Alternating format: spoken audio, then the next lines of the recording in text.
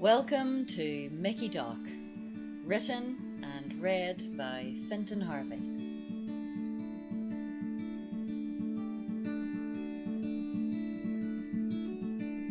Mickey Doc, Chapter 3.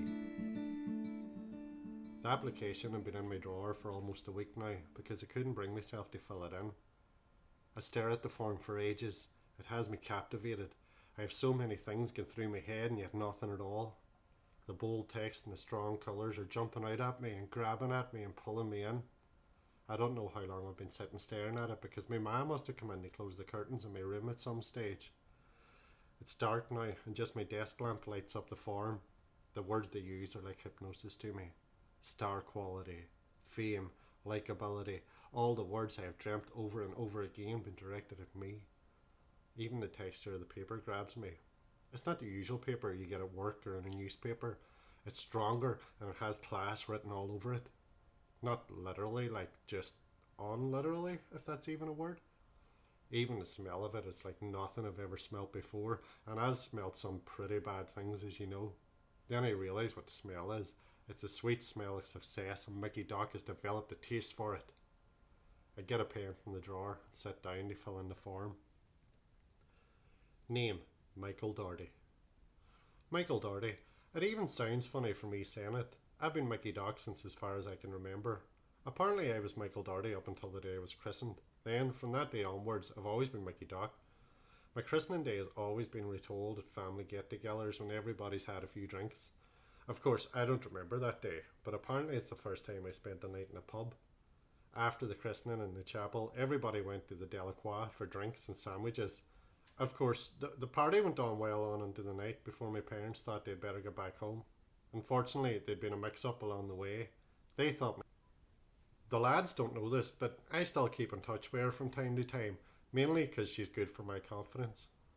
I have told her a million times that I don't want to be her boyfriend, and she says she's accepted that now, but she also says she still considers herself as my girlfriend because I need her. She's probably right. I do need her in some ways. I wouldn't be sitting here filling out this form if it wasn't for her. She always seems to be where I am too. It's like she's stalking me, which is also good for the ego, although it does get a bit scary from time to time. Like, sometimes at work, I'd be standing with a brush in my hand, basically pretending to be doing something, when I'd see her out of the side of my eye, just standing there, staring. Then when I turn around, she's gone. I might see her 9 or 10 times in the work the same day, but she doesn't come over to me or anything. She just watches. A few weeks ago, I was out for dinner with my family for my granny's birthday. I was sitting having my steak and chips, and I could feel somebody staring at me. I looked around and she was standing outside the window looking in. This time she didn't run away or duck. She just stood there and nodded as if to say, "I'm here, don't worry about anything, just go back to eating your dinner." She often sends me text messages saying, "Go follow your dreams, but be careful, XXX." At first I didn't know if the "but be careful" bit was a threat or just good advice. I'm still not 100% sure actually. My Auntie Margaret was bringing me home and minding me till I get back. That wasn't the case at all. Apparently after a few drinks and with being in the company of a newborn baby, my still single Auntie Margaret got broody and went home with the first bloke that smiled at her. My ma and dad went home, stopping along the way for a fish supper and a curry sauce between them, thinking my Auntie Margaret was in the spare room with me. It wasn't until the next morning when my dad got up he realised I wasn't there. My ma rang the police and told them I'd been kidnapped. 10 minutes later, 3 of the regulars from the pub came around the corner pushing me in my pram. Alice, Joe and Tommy were 3 seriously hardcore alcoholics too, but that didn't matter. At the end of the night they realised I was left in the corner on my own, not making a sound, just looking around and taking in my surroundings. They stayed with me that night, found a bottle in the bottom of my pram and fed me, found nappies in a bag and changed me, patted my back until I got my wind up and walked with me till I fell asleep. For years after, the 3 of them would visit me at home, bringing whatever sweets or small toys they could afford until one by one their illness ended them. That night of my christening in Delacroix, Alice, Joe and Tommy started calling me Mickey Doc, and it's been that way ever since. Date of birth, 17th of the 2nd, 89. Age, 25. 25 years old. I don't feel like I'm 25. I thought by this stage in my life I would be somebody. Ever since I was a wean, I wanted to be a performer.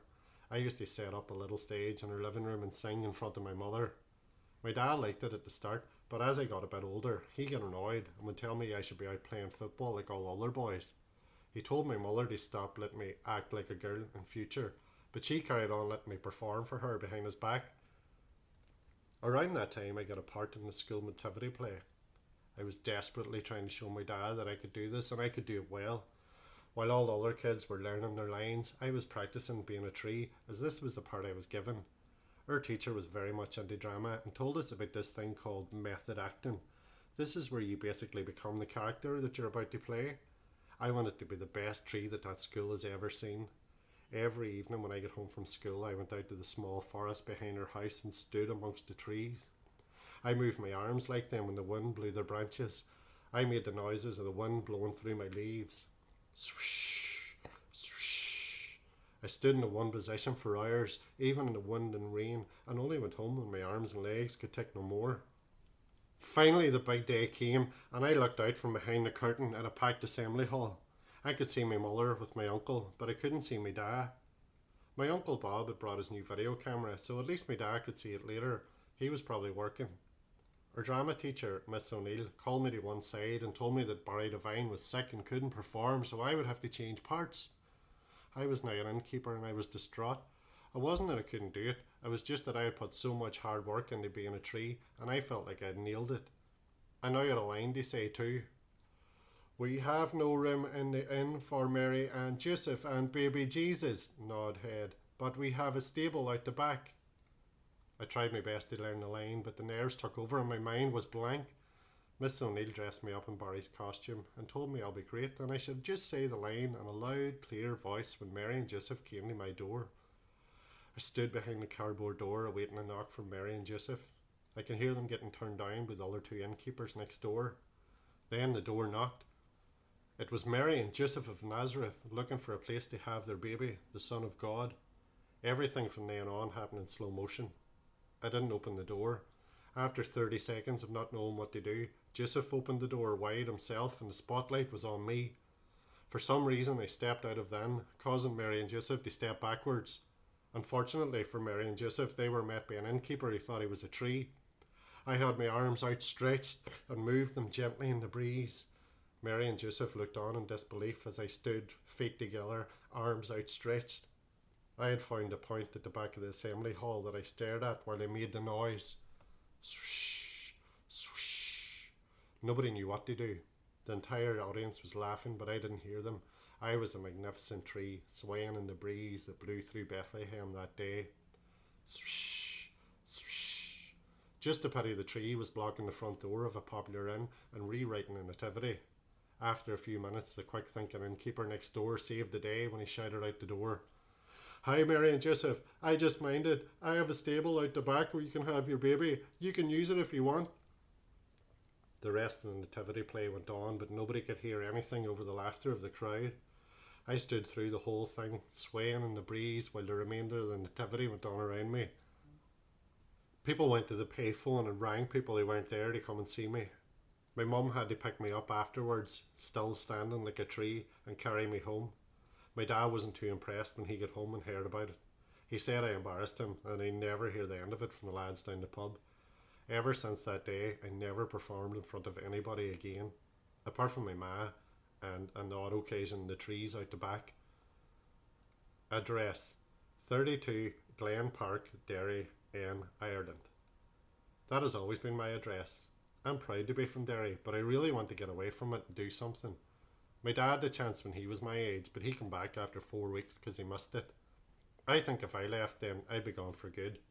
Of course I'd visit and that, but I wouldn't live here.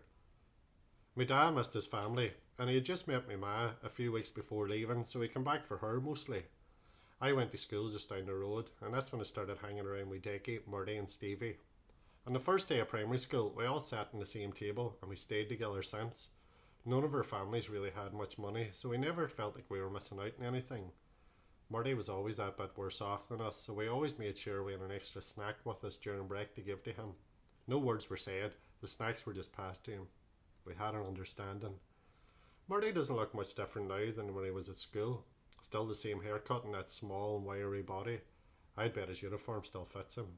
Only thing, I remember him burning it in his backyard on the last day of school, only to find out his mad meant for it to be passed down to his wee brother, who was just over a year younger than him.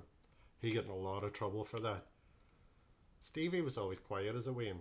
It wasn't until secondary school when he started to fill out to come out of himself. Then he became the life and soul of the party. He really is a funny fucker with his smart answers when he gets going. Most of the teachers hated him because they could always cut them off or twist their words. All the teachers loved Decky. He was smart, well-mannered and sporty. All the girls loved him, but I only ever remember him going with one girl, and that was when he was 15. Decky was always just far too interested in football to have a girlfriend. Through the years we've always been close and always had each other's backs. Like the time of our formal when Stevie was caught kissing a girl who had a boyfriend that went to a different school. There must have been about 20 fellas looking to kick his head in at the end of the night. All the rest of their class stayed out of it because these other lads had a bit of a reputation. Stevie was scared, but he wasn't too bad when he realised that me, Decky and Murdy were by his side. Murdy said that if one of us gets a hiding, then we all get a hiding. And we did. But we never had any bother with anybody after that because people knew that if you hit one, then you hit the four of us. Occupation: sales assistant. Sales assistant. Well, that's what it says in my contract anyway. I'd say that I don't assist sales in any way, shape, form or fashion. If anything, I desist sales. If everybody in that shop was like me, then it would have gone out of business long ago. It's not that I'm lazy, it's just that I don't give a fuck, and there's a difference. I started there when I was 20, after being on and off the dole for 3 years before that. That's another thing about Derry, there isn't much work about. So when I got this job, I swore to myself that I would do the best I could to keep it. Then I met my department manager, Barry, and all that changed. He's one of those people that can just suck the life right out of you as soon as he walks into a room. The first time I met him, he asked me if I was a team player. Now, I was understandably nervous, that being my first day and all, and I hold my hands up for being a wee bit thick from time to time. So that question really threw me because my dad, any mention of team and player was a reference to football. So I thought Barry was asking me do I play for any football team. I told him I don't play for any team and that my dad's tried to push me for years to play for a team, but there's no way I ever will. I'm just not into it, I told him. This obviously was an answer he was looking for. His face went red and he said that he must find out how the hell I got through the interview. From then on he gave me the crappiest jobs in the place. Anything that other staff don't like doing became Mickey's job. Cleaning out the fridges, Mickey's job. Cleaning up spills, Mickey's job. Every day that I step into that place my insides go cold. I have to play little games just to make the days go on quicker. Like when somebody leaves their basket or trolley unattended, I would take things out or replace their goods with other stuff just to watch them get confused and think they're losing their marbles. I'd put a couple of boxes of Tampax into a single man's trolley or bury loads of condoms, extra large, at the bottom of a woman's trolley just to watch them get embarrassed and go into the checkout. Most of my days were spent daydreaming though. Daydreaming about the X Factor. Have you auditioned for the X Factor before? No. In my head every day for the past 5 years. Are you a solo artist or a group? Solo. Definitely a solo artist. I've never sang with anybody else before. I'm sure I could do it if I had to. Like, if Simon Cowell liked my performances so much that he asked me to join One Direction, I would have to say yes. Me, Murdy, Decky and Stevie dressed up as the Backstreet Boys once for a charity fancy dress day at school. Nobody had a clue who we were because we just dressed in jeans and t-shirt and Murdy painted a goatee onto himself. Now, most people would have used face paint. Not Murdy though. Murdy used a permanent marker and really put it on thick. For the remaining 3 months of school, he looked like someone who should be on a list and not allowed within 100 metres of a school. His school photograph for that year still sits on the mantelpiece at his home and it looks like somebody drew it on with a marker. The only other pictures they have in the house is of their dogs, so you can imagine what Murdy's 8 brothers and sisters look like. Describe yourself or group in 10 words. Really talented, driven, star about to be born, the best. I only added in the best at the end because I had to make it up to 10 words and it's really difficult to find a sentence that's only 2 words. Laura Dillon always called me the best. Like anything I done, she'd be like, "Oh my god, you're the best." The lads don't know this, but I still keep in touch with her from time to time, mainly because she's good for my confidence. I have told her a million times that I don't want to be her boyfriend, and she says she's accepted that now, but she also says she still considers herself as my girlfriend because I need her. She's probably right. I do need her in some ways. I wouldn't be sitting here filling out this form if it wasn't for her. She always seems to be where I am too. It's like she's stalking me, which is also good for the ego, although it does get a bit scary from time to time. Like, sometimes at work, I'd be standing with a brush in my hand, basically pretending to be doing something, when I'd see her out of the side of my eye, just standing there, staring. Then when I turn around, she's gone. I might see her 9 or 10 times in the work the same day, but she doesn't come over to me or anything. She just watches. A few weeks ago, I was out for dinner with my family for my granny's birthday. I was sitting having my steak and chips, and I could feel somebody staring at me. I looked around and she was standing outside the window looking in. This time she didn't run away or duck. She just stood there and nodded as if to say, "I'm here, don't worry about anything, just go back to eating your dinner." She often sends me text messages saying, "Go follow your dreams, but be careful, XXX." At first I didn't know if the "but be careful" bit was a threat or just good advice. I'm still not 100% sure actually. If successful, where would your preferred audition be? Manchester. They gave me a list of places and Belfast was one of them. It would obviously be the closest place for me, but there's no way I'd do it there because there's bound to be other people from Derry there, and the chances of me bumping into somebody I know are high. I know it sounds stupid that I'm afraid of bumping into people I know when I'm going to be singing in front of a large audience and on TV, but I don't want anybody to know it first. I just want to get the auditions done, and if they pick me, then I'll know that I'm really good enough.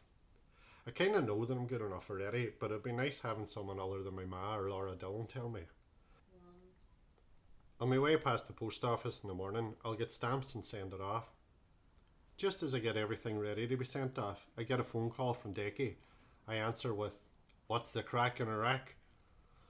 "Grand man, look, Stevie's dad rang me. He seems to have sorted things out with Stevie, and he's back docking the Donna again, which can only be good." Fucking hell, me and you and Marty should start doing this for a living. Families, eh? You break 'em, we fix 'em. Diggy just carries on talking without even acknowledging that class line. Maybe he didn't hear me right. So he said the four of us can all use their holiday home in Bundoran for a week if Stevie proves he sorted himself out. Could you get that time off work? Marty's up for it, and I'm up for it, and I text Stevie and he's up for it, although he said he's suffering with the worst hangover ever at the moment. But he's definitely in a much better place with himself. It's only 5 weeks away. What do you think? Families, eh? You break 'em, we fix 'em. What the hell are you on about, man? Are you up for it or not? Of course I'm up for it. I've days owed to me that need to be taken anyway. You never commented on the line though. What line? For fuck's sake, Dickie, do you not even listen to me anymore? Families, eh? You break 'em, we fix 'em. Sorry man, that was a cracker line. You should definitely write it down and use it again. I'm putting it as my Facebook status this very minute. Don't be doing that. Stevie's feeling bad enough at the minute without thinking we're gloating about helping him out. Alright, I'll just text it to Marty then. When the fuck did you start getting your period? You're going on like a woman who just found me pissing over the toilet seat. Sorry man, I just have a lot going on at the minute. Like what? Oh, just football stuff and that. Nothing to worry about. So, Metro tomorrow night then, or will we head to the Bentley for a change? Aye, fuck it, we'll head to the Bentley for some fresh pickings. Are you getting fed up getting turned down by all the same girls every week in the Metro? I laugh. Cheeky fucker. I have a much better scoring average than you, and let's not forget it. Dickie laughs. Good point. Right man, I'll give you a shout tomorrow. I'll make sure to get that booked off work, and don't be leaving it to the last minute like you always do. I say cheerio and hang up. Then I text Stevie saying, "Nice one about your dad letting us use Bundoran. Give me a shout when you're feeling better, you bender." He texts back straight away. "Happy days. Can't wait for it. Things can only get better." It's the first time in months he hasn't used YOLO in a text. Thank fuck for that. I then text Marty saying, "We should sort out families for a living. Families, eh? You break 'em, we fix 'em." Marty texts back right away. Rolling on the floor laughing, man. Cracker line as always. LOL, smiley face, smiley face, smiley face. I go to bed feeling good, not just because of Marty's reply, although it did feel good for somebody to appreciate my line, but because when I post the application tomorrow, it'll be the start of the rest of my life.